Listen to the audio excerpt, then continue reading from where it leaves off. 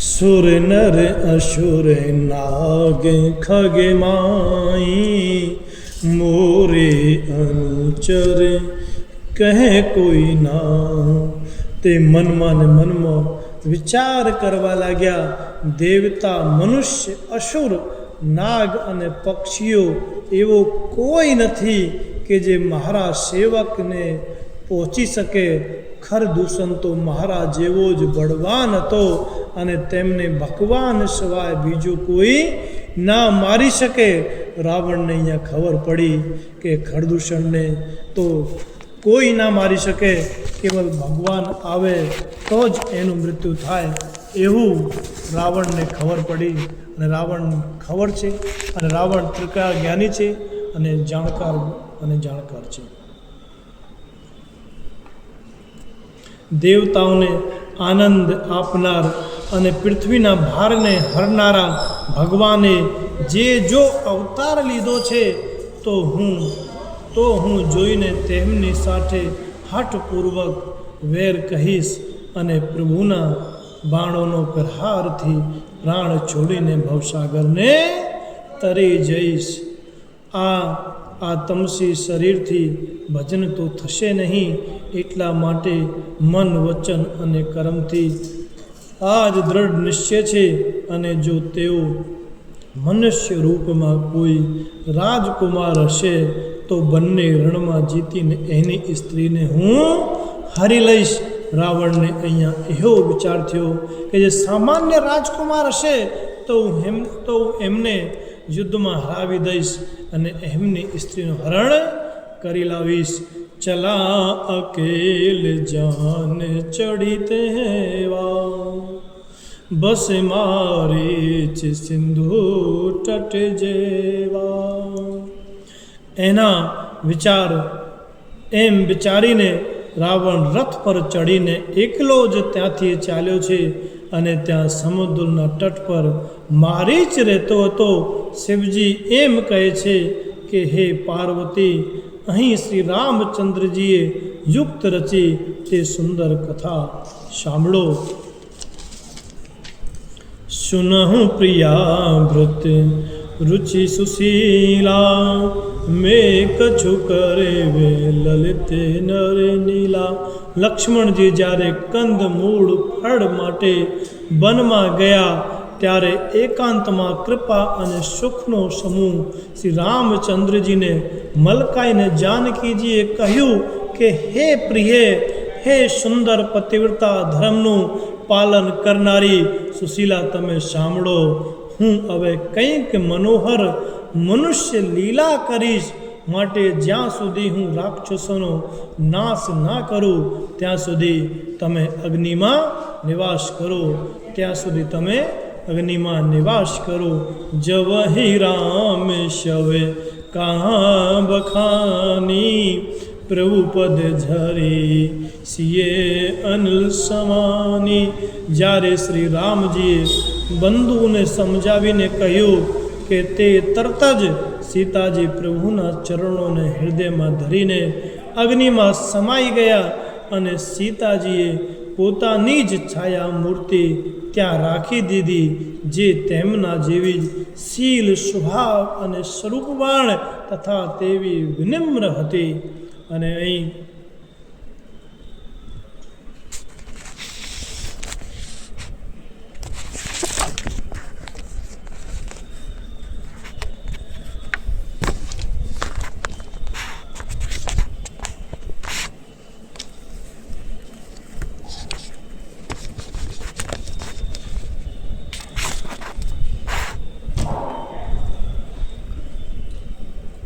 ભગવાને જે કંઈ લીલા રચી છે એ રહસ્યને લક્ષ્મણજી પણ નથી જાણ્યું અને સ્વાર્થ પરાયણ અને નીચ રાવણ જ્યાં મારીચ હતો ત્યાં ગયો અને તેને શીશ નમાવ્યું। અને નીચનું નમવું એ અત્યંત દુઃખદાયક હોય છે। જેમ અંકુશ ધનુષ સાપ અને બિલાડીને નીચે નમે છે। હે ભવાની, દુષ્ટની મીઠી વાણી પણ તે જ પ્રકારે ભય આપનાર હોય છે। કે જેવી રીતે વિના ઋતુના ફૂલો. ત્યારે મારીચે તેની પૂજા કરીને આદરપૂર્વક વાત પૂછી અને હે તાત, આપનું મન કયા કારણે આટલું અધિક વ્યગ્ર છે અને આપ અત્યારે એકલા જ કયા કારણને લીધે અહીં આવ્યા છો? 10 મુખ સકલ કથા તે આગે, કહી સહિત અભિમાન અભાગે. ભાગ્યહીન રાવણે સર્વે કથાઓ અભિમાન સહિત તેની સામે કહી અને પછી કહ્યું, તમે છળ કરનાર કપટ મૃગ બનો, જેના ઉપાયથી હું તે રાજબધુનું અપહરણ કરી લઉં. ત્યારે તેણે મારીચે કહ્યું, હે દશાશીષ, સાંભળો, તેઓ મનુષ્ય રૂપમાં ચરાસર ઈશ્વર છે, એ તો સાક્ષાત નારાયણ છે.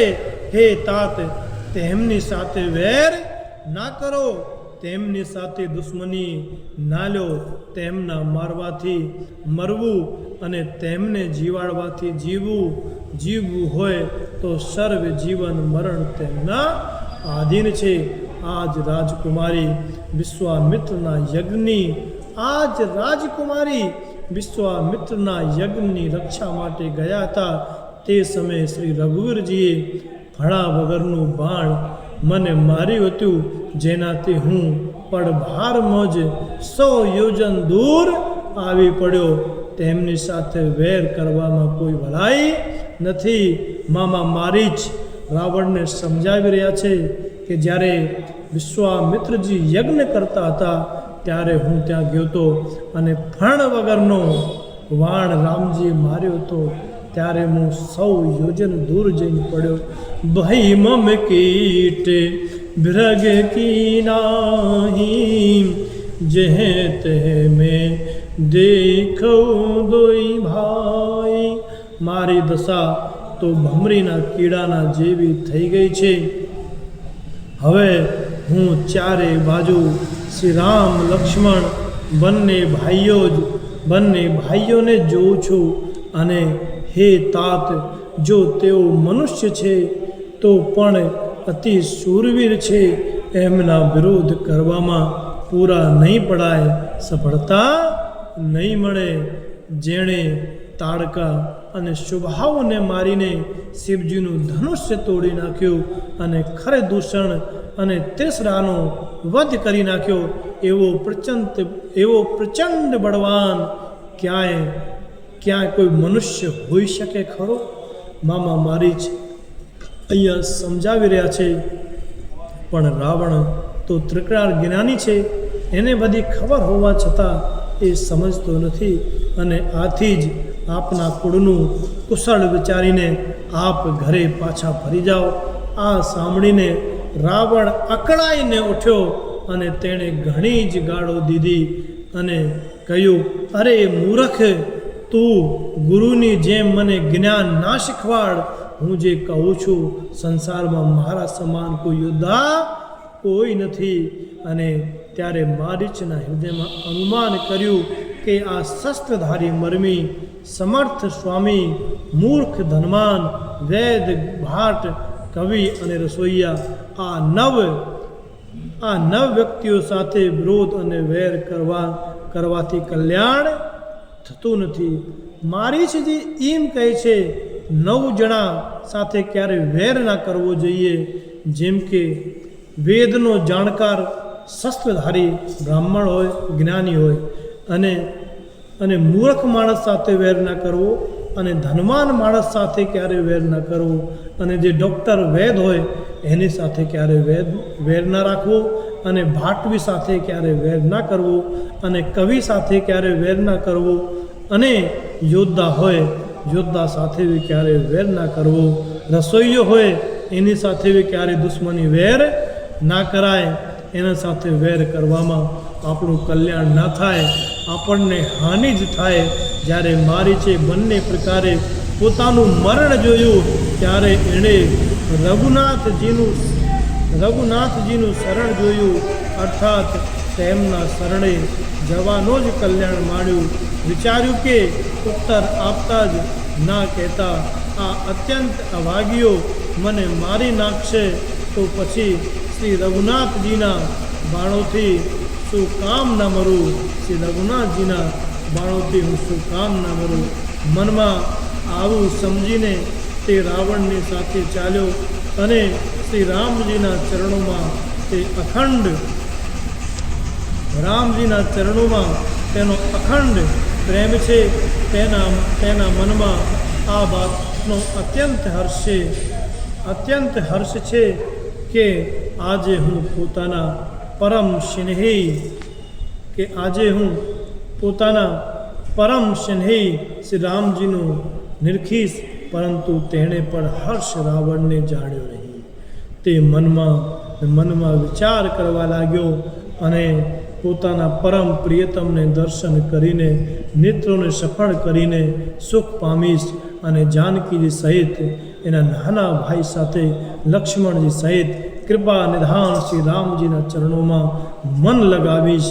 તેના ક્રોધને જેનો ક્રોધ પણ મોક્ષ આપનારો છે અને જેમની ભક્તિ અશ્વમેવ ભગવાનને વશમાં કરનારી છે. કેમ કે આ વિશ્વમાં ન થનાર મન પણ ભક્તિ દ્વારા વશમાં થઈ જાય છે. અહીં તેઓ સુખના સાગર શ્રી હરિના પોતાના હાથે વાણ સંધાન કરીને મારો અને વધ કરશો અને મામા મારી છે એવું વિચાર્યું કે રાવણના હાથે મરવું એના કરતાં તો શ્રી નારાયણના હાથે મરવું એ સારું છે. અને રાવણના હાથે મરીને ભાગ્ય વગાડવું અને એના કરતાં રામના હાથે મરવું જેનાથી મારો ઉદ્ધાર થઈ જાય. ધનુષ બાણ ધારણ કરેલા મારી પાછળ પૃથ્વી પર પડવા માટે દોડતા પ્રભુ હું પાછો વળીને જોઈશ. મારા સમાન ધન્ય બીજો કોઈ નથી. મામા મારી જ એવું વિચારી રહ્યા છે કે મારા જેવો ધન્ય કોઈ નથી કે મને પ્રભુના બાણના હાથથી મરવાનો મોકો મળ્યો છે.